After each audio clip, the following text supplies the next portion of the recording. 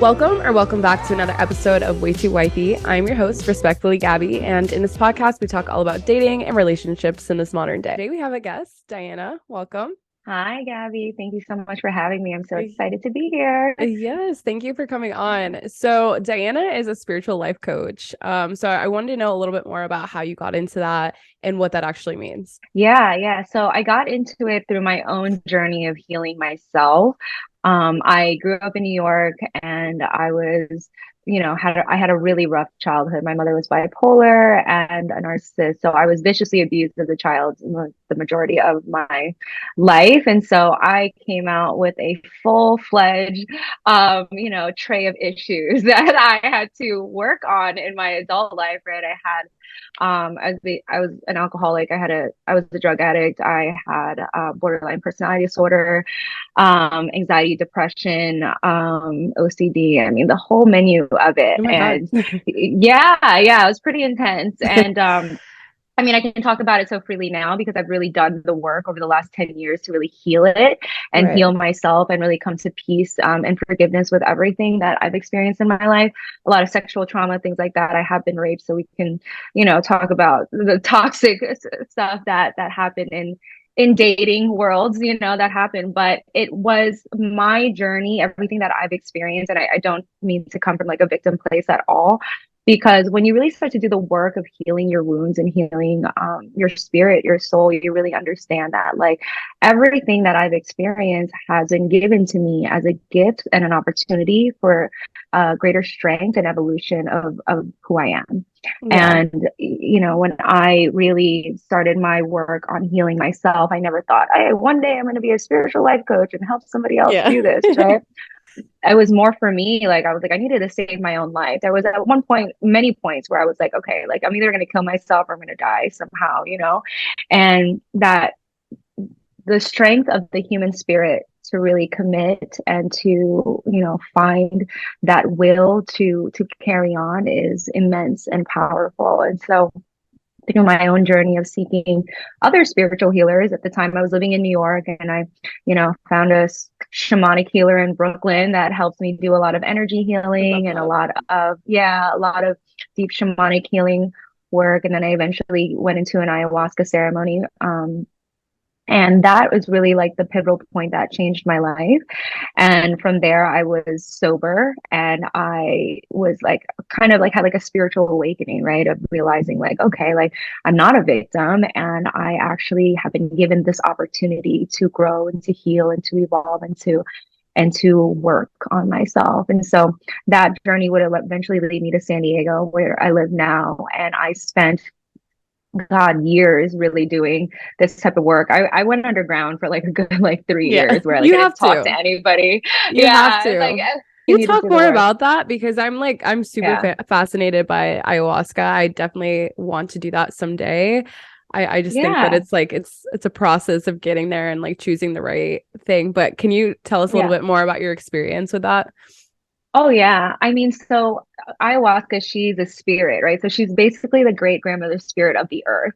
And so you're basically communing with like this ancient spirit of like Mother Nature. And what it does, it restores your spirit back to like wholeness.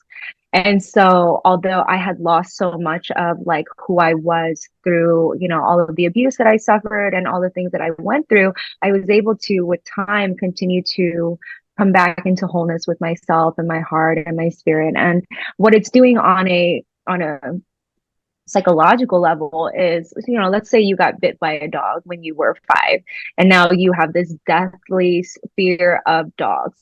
Hmm. And so that's a neural pathway in your brain that has registered dogs as unsafe and dangerous. Now, when you go into an ayahuasca ceremony, the DMT is actually like rewiring your neural pathways. And so you're going to come out and be like, dogs are cute and friendly. I love them now. Oh my God, Because that's insane. yeah, so there's a lot of science behind it, which you can definitely research. But there's a lot of like army veterans or like Marines that like have come home with PTSD, and there's actually a Purple Heart organization that takes them down to Costa Rica or Peru and has them go through ayahuasca ceremonies because it helps to heal PTSD, because it's rewiring the neural pathways of whatever abuse or trauma that you've suffered. And so yeah, it's really been the key healing element for me because I wasn't really subscribing to like medication and things like Yeah. that, which was definitely recommended to me at the time when I was in that very like dark place. And I just was really, I seen my mother on medication her whole life, and I just wasn't keen to that. So I was just like, yeah, like I'm gonna figure out a way to heal myself holistically. Fuck all you Yeah. guys, and I'm gonna and I'm gonna figure it out. And The I best did. way I could do it. Yeah. And I did. So I healed all of those. I mean, like the OCD, the anxiety, the depression, the borderline, the drug addiction, the alcoholism, all within 2.5 years, That's like insane. holistically. Yeah. So, That's I mean, I also awesome. did a lot of stuff like meditation and yoga and Yeah. like energy healing, like all, I mean, I've done all the things You're because, like, you we're know, shaking all of this shit out. yes, yes. But ayahuasca is definitely like a huge part of that, hiring, other coaches or other spiritual mentors that I've had like on my path too that have really supported me. And so, there was a point where, people are like, why did you choose, being spiritual? I didn't really choose it. Like it chose me, Yeah. it's kind of like my life path. And so I was organizing ayahuasca retreats for a long time. So for the past like 6 or 7 years, I've been organizing ayahuasca retreats. And so people were coming to my retreats time and time again. And then, I was kind of life coaching them into the ceremony and then helping them integrate out of the ceremony, right? And supporting people in this way. And I was like, well, I should just do this, Yeah. And I so, love and that. yeah, it just kind of evolved into itself. And I hired business coaches to help me like create the business many years ago. And then it's just kind of, for me, it is my life purpose to support other people in their healing journey, right? Like I suffered so much like in my life and on my own trying to like really like figure it out. Hmm. And so I like my mission is to help lessen the suffering of other people and to give them the tools and all the shortcuts that I can to make their journey, less painful and to give them hope, right? Because a lot of times when I was in those places, I was very hopeless and it didn't seem like I was ever going to make it to the other side. And so I want to, inspire people that like whatever it is you're going through, whatever life dealt you and whatever it is that you may be struggling with, like you can overcome it, but it Hmm. does take investing in doing the work Yeah. and the work is pretty fucking hard. So Yeah. And you have to want to do it too for yourself. Like I think that's a huge part of it too. But I love hearing yeah. people's stories because I feel like everyone who's like really passionate about what they're doing, it's always come from like a darker place and then they've gotten Mhm. themselves out of that. And I just feel like people's life's purpose is in their struggles and we don't Yeah. take enough look at our struggles sometimes, I feel like. But Yeah. I wanted to push it over to dating, I guess. I saw one of your TikTok videos. You're talking about how you were in like alignment to meet your partner right now. So I'm curious, can you talk a little bit more about like how you got there and how you attracted him into your life? Oh yeah, it's such a crazy story. I'm glad that you asked because I actually haven't talked about this publicly anywhere else. Oh, I love this. Um, Yeah, yeah. So I was actually in a pretty toxic relationship like right before him. And, at the end of that relationship, I was like, why did that happen? Because I felt like I was like in a very healed place. Like I had been Hmm. working on myself for like 7 years, 8 years. I was like, this really didn't seem like something that I would attract into my life, but I was in it, right? And what it really brought up for me was all of my wounds around still not feeling safe in my body because I was an abused child. Like your nervous system like remembers all of that unsafety, right? So as much as you want to heal your spirit, your mind, your heart, your nervous system is still like really attracting it remembers and then it's vibrating at a particular frequency that still makes you it still taps into that survival instinct of Hmm. not being safe, right? And so I then somehow attracted a partner that would make me feel emotionally and psychologically unsafe. And Hmm. it forced me to have to pull up all these deep wounds around not being safe and really work through that. And so I really see that now. So when that relationship ended, I was pretty much swearing off men. I was like, I Of need course. to like, I need to like, I need to like come back to myself. I was not okay. Um, I was pretty much in shambles, honestly, but I was rebuilding, right? I was healing and I was doing all that stuff. I really understood that in order for me, like my inner child, to feel safe, I needed to step into my inner masculine Mhm. and really empower that energy of being, no, don't talk to me like that. Like it's more about like having these strong boundaries Yeah. around my inner child to protect myself from people that felt unsafe, from relationships that felt unsafe, from friendships that felt unsafe, from communities that felt unsafe, where Hmm. I wasn't being seen, I wasn't being heard, I was being gaslit, all these emotional unsafety, right? Like I had to really come and advocate for myself and be like, no, fuck that. I'm not doing this. Like this is not okay. And I think a lot of times as abused children, we are very much inclined to be people pleasers, and we Yeah. are very much inclined to just be, you know, not rock the boat and just kind of go with the flow. And I really had to be a disruptor in a lot of different background of like community that we were a part of and things like that, that like took his side and, you know, all this stuff that really came up, like relationships and friendships that were in the middle that were like, they weren't seeing the abuse that he had put me through. And there was Right. just a lot of me having to advocate for myself. That's when I think something shifted within me where I wasn't in this like kind of like wounded feminine anymore. I was in my very like empowered feminine, but I had also I was in my healthy masculine as well. And so then I had moved from where I was living. So I was living in downtown San Diego, and I had moved about like 30 minutes north. So now I'm in like North County, San Diego. And I was like, oh, like I'm in a new area. I'm like, I need to find a beach that I want to go sit and be like, have like a sad girl summer right now, you know, like, so like, I want to go journal and cry and just like, you know, like be in my little beach tent. So I found this beach. I was, okay, this part is, we're going to talk about sex magic a little bit. Okay, let's get into it. Yeah. Do you know what sex magic is? I've heard about it. I'm not like too like familiar. Okay. So But yeah, please take it away. this is gonna be fun. Okay, so I was really like, you know, in this place where I had lost a whole friend group, I had lost an ex, I had lost like a community. Like I was very much in isolation with myself, and I was like, all right, you know what, this is fine. I'm going to just like heal and pour into myself, but I also wanted to watch movies where I saw men that like really embodied like the type of man I wanted to attract. So I watched like the entire Divergent series where like Theo James is like this hot guy like kicking ass for like his girl. I had this conversation with my girlfriend one time, and she had met her man on like Tinder or whatever, like Mhm. 5 years ago. And now they're like, you know, together forever. And she's like, well, how are you going to meet men, Diana, if you're not gonna willing to get on an app? I'm like, well, I'm just going to live my life. I'm going to travel. And maybe my husband will find me in the airport. Like, whatever, you know, I'm not going to do like the dating app again. Like, it's like picking up like strays off the street. Like, I'm just Yeah. not doing it anymore.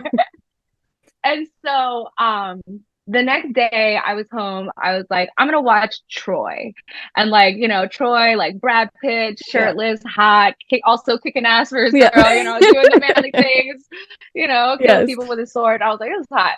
And so I go on the pattern. Do you know the app, the pattern? Yes. So you know how they have that dating like portion of it now? Yes. Yeah. So I literally was just like laying there. I'm like, you know what? I'm just gonna put some stupid ass picture up and like write something. Didn't even finish my profile. Like I literally just wrote, if in case I never come back on here again, here's my IG, right? And I also was gonna pay for it because like you have to pay to see Yeah. your like responses. I'm like, I'm not investing in this, right? Yeah. And later that night, I ended up doing sex magic. So, sex magic is basically when you use the power of your orgasm to empower your manifestation. And so, it's like a high frequency when you're orgasming, right? And so, when you hit the peak of your orgasm, you energetically send out a like what it is that you're looking to manifest. So I've Okay. manifested money this way. I've manifested my place that I live in this way, and I manifested my man that way. So what I was really feeling, and I said I want to feel what it is for a man to hold my entire being, to like hold like all that I am, because I'm a pretty powerful Yeah. woman, and a lot of times men, you know, they can't, they just can't. So Literally. I kid you not, I wake up the next day and this guy followed me on Instagram. And he was really cute. And so like I click on his profile, and he's like a doctor in Encinitas, which is like 20 minutes away from me. We had no mutual friends, nothing. So Like, I how was did just you like, find me? Who sent you? right, exactly. And but honestly, Gabby, there's something that was very intuitively like knowing in me where I was like, he looks like my husband. Like he looks Oh, like my husband, you know? And so I followed him back. And then later that day, he sent me like this most beautiful message where he was like, hey, Diana. So like, I actually just re-downloaded the Pattern app last night and I realized that you can connect with people on there. And I like saw your profile and I, wait, you this was know, the we night of he saw your profile as soon as you had made it? so 15 minutes, like I literally went on at like 11:45, 11:30 at night, and he went on at like 11:45. So 15 Okay, minutes that's after I put my insane. profile up, he downloaded the app. Okay, I'm about to go on the pattern to find my husband. It's crazy because I had put sacred plant medicine in my like IG bio at the time, Mhm. and he works with sacred plant medicine. He works with ayahuasca as well. Like he actually sits with this other group and like is like a guardian like in this group where he's just like yeah, like his life path was very much in alignment with me, like mindset, spiritual beliefs, like all of it was like in alignment, and it was so fucking scary for me because I was like, yo, like this is wild, and sex magic is real, and so we literally talked for like a week. We went out on a date because I was going out of town. I was going to New York. I had a speaking event and he was going out of town because he was going into an ayahuasca ceremony. And so Oh we my had God. dinner. Yeah, we had dinner like right before we both left town. And it was just like instant magic, instant connection. And I tell everybody this, like, I didn't feel like I was meeting somebody new. I felt like I was meeting somebody again, like we had Oh, already known each other, like our souls are very much in alignment and in connection with each other. And he went into his ayahuasca ceremony and had like a vision of me, and it was very much just like, interestingly enough, when I went to New York, I actually met like another hot guy, and I was like, oh, okay, like I'm gonna play the field for a little bit, right? Like I'm gonna, and I let's came not back to put the Bay all of our Area. eggs in one basket. Yeah, exactly, right? Like, yeah, I was still a little traumatized, so I wasn't sure, you know. And I remember like the guy from New York, he's like, hey, I'm gonna be in LA, so I'm gonna like, take a trip down to San Diego and like meet up again and stuff.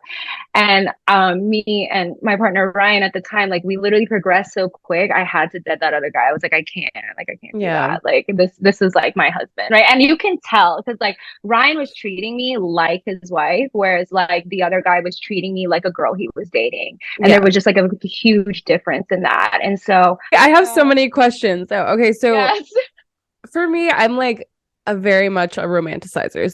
So like I'll yeah, see someone and I'm like, oh, that looks like my husband. And I'm sure a lot of people do this as well, but like obviously not everyone can be your husband. What do yeah. you think is like the difference, or have you felt that way before? Or like I guess if you felt like, oh, this strong attraction to someone else, what was the difference there? Yeah, the difference is the knowing. I think Okay. usually it's a hoping, right? You're like, I hope Yeah, maybe if that's he true. does this, maybe if he stops doing that. Yeah, that's so true. Yeah, Wow. right? You're just like hoping. It's like it's almost like you're always trying to like fit like a square into a circle. Like, come on, get it together. We need to make this the one, you know? Where it's like there was none of that.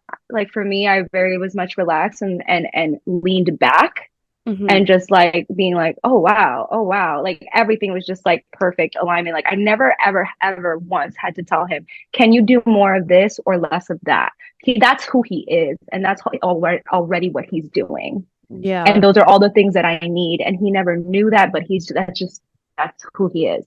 And I think going back to what I was talking about, the embodiment of me and my masculine, when I showed up and started to be my own embodiment of a divine masculine king within me, Hmm. is when I would then attract the divine masculine king who is my partner. But when I was still letting people trespass upon me, when I was still letting people gaslight me, when I was still letting people steamroll me and not hearing me, allowing people to abuse me in any way, I was accepting that because on a subconscious level, I felt like I deserved that, right? Which is from my childhood, from my abuse.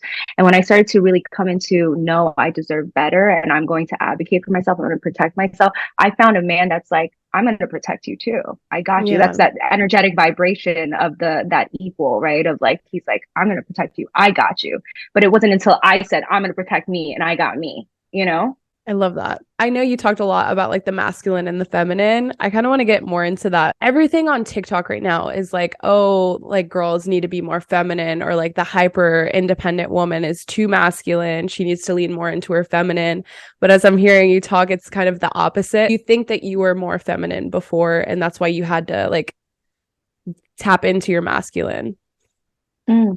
I was a toxic masculine woman actually in Okay. my life in New York. I was angry, aggressive, hyper controlling. I Yeah. had my fingers in your face, like, you know what I mean?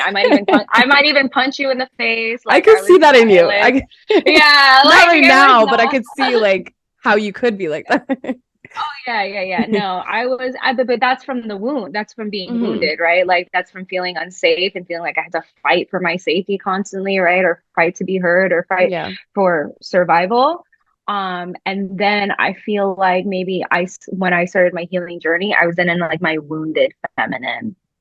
I was Okay. like, poor me, and I'm sad, and like I'm hurt, and people hurt me, and like I need help, like someone help me, someone Yeah. save me kind of energy. Oh, okay. Yeah. And I've been really working to, so it's like both of those are wounded, you know, like the Yeah. toxic masculine is wounded and the wounded feminine is clearly wounded, right? And so what I feel like what needs to happen is a balance of like healthy and like empowered, Hmm. like empowered divine feminine and like healthy masculinity. Like that's where I think it becomes a balance because um I'm a I run my own business, and so I Hmm. that's me and my masculine energy. I'm running a business, I'm coaching people all day, like I'm handling shit, like I have to be in my masculine. But then when it comes to going into maybe going on a date with my man, I'm not going to be like, I'm going to drive and I'm going to pick a place Yeah. we're going to eat, and like you just yeah, no, I'm like he controls all of that, and I just like sit back and I'm like, hey, where Like, are we going? finally, I can Yay. relax. Yeah. I think it's knowing when Hmm. it's going to benefit you most Okay. to tap into, Yeah, I and agree. knowing and doing the work to heal the parts that maybe still feel like shaky, right? Because I think that's really where it was. Like I was pretty much in a victim state still, or like subconsciously. I didn't feel that I was. And that's the thing, like why We we do the never do. work, because like we never do, right? And like I'm good, like everything is great, but why would I then get into a relationship with a man that's constantly making me feel victimized? Well, because like I subconsciously still am embodying like a victim energy. It's balanced. Yeah. I don't think more women need to be in their feminine all the time. That doesn't serve you all the time. You know what I mean? Like you want to Yeah. get shit done, you want to achieve your goals. Like, you know what I mean? Like Yeah. you got to step into your masculine and you got to take action. And those things are, valuable as well. I totally agree. I think that the thing that people miss on like when they're making TikToks about this is that we all have masculine and feminine energies within us, and it's okay to be both. Like I just feel like Yeah. there's such a divide right now between the two. It's like, no, we all have both.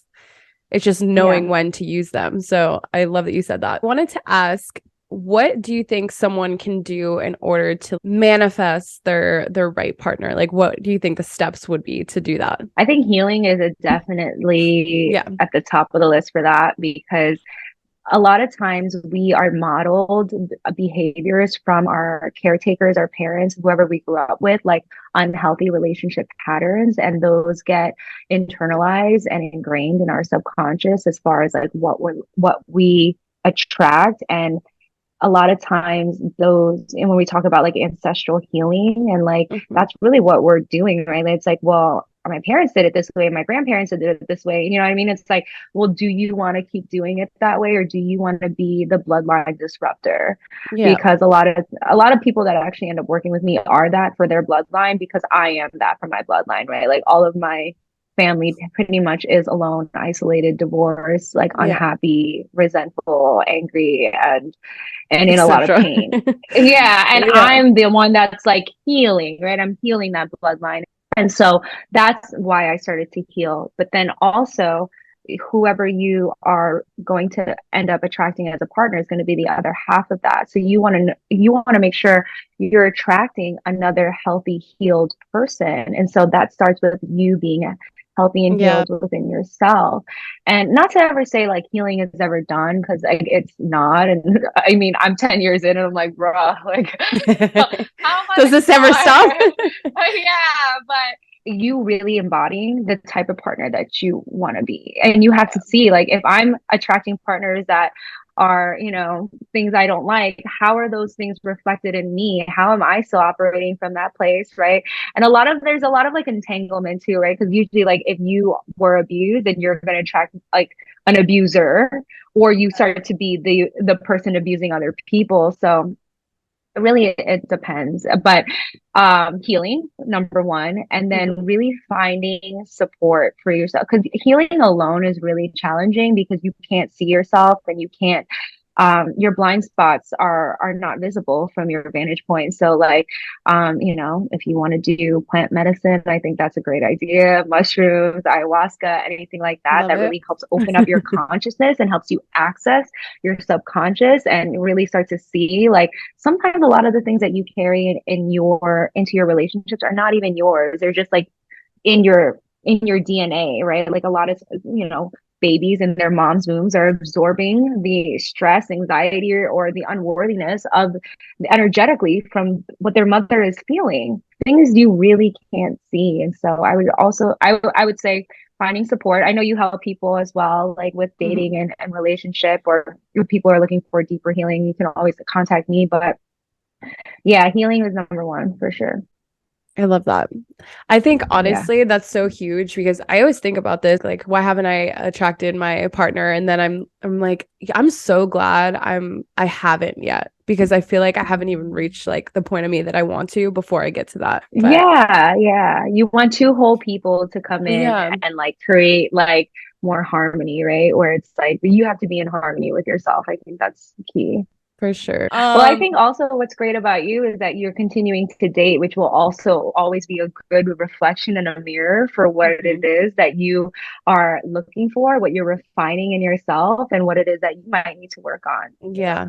Oh, yeah. Every person that I like come in contact with, I'm like, okay, we didn't need to do that. But I'm learning and it's good. I'm learning. But yeah. Yeah. Wanted to ask you a final question. What is the best piece of dating advice that you can give someone?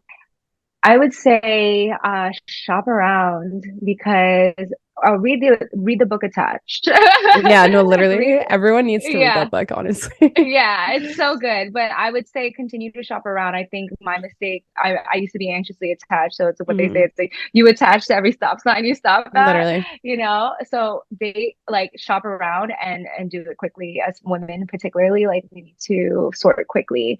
Be your authentic self and never ever try to fit into somebody else's expectations of what you are, because then you're just going to be so unhappy. It's like you want to Yeah. show up as your authentic self and then meet somebody and be like, oh, this is not a match. Okay, cool. And Yeah. continue to sort quickly. There's a really good book called Syncing with the Opposite Sex by Alison Armstrong. I highly recommend that as well. It's an Audible, actually. And It's called she really Sinking with taught, the Opposite Sex. yeah, or In Sync with the Opposite Sex, Okay, I'm gonna by look at it. Alison Armstrong. Oh, it's really good. And it really talks about the biological aspects of men and women, and why women in particular need to be the ones that are sorting quickly, because men don't, Yeah. they'll hang out with you for 7 years and not give a shit. Until they're ready, yeah, no, they're just gonna be bopping around Yeah, doing their thing. yeah. Women, like, we need to be the ones that are like, all right, we need to find our what's gonna fit for us, and we need to find ourselves first, and Hmm. then from there we'll know exactly what's gonna be a right match for Yeah. us. But so where can people find you? You can find me on Instagram or TikTok at the Urban Indigo, same name. You can also email me, Diana at the Urban Indigo. If you're interested in any plant medicine retreats, I have one coming up in Peru in June. Ooh. Yeah, yeah. I do a lot of events here in San Diego as well. So yeah, keep in touch with me. Love to hear from you. Okay, well, I will definitely be asking you more questions on that later. I'm happy Um, to answer them. awesome. Well, thank you so much for coming on. I'm so glad that we got to connect and that we got to come on here and share my sex magic stories. Yeah. I hope more women are Use your out there sex doing sex magic. magic. Wait, thank you so much. And I will see you guys all next Tuesday.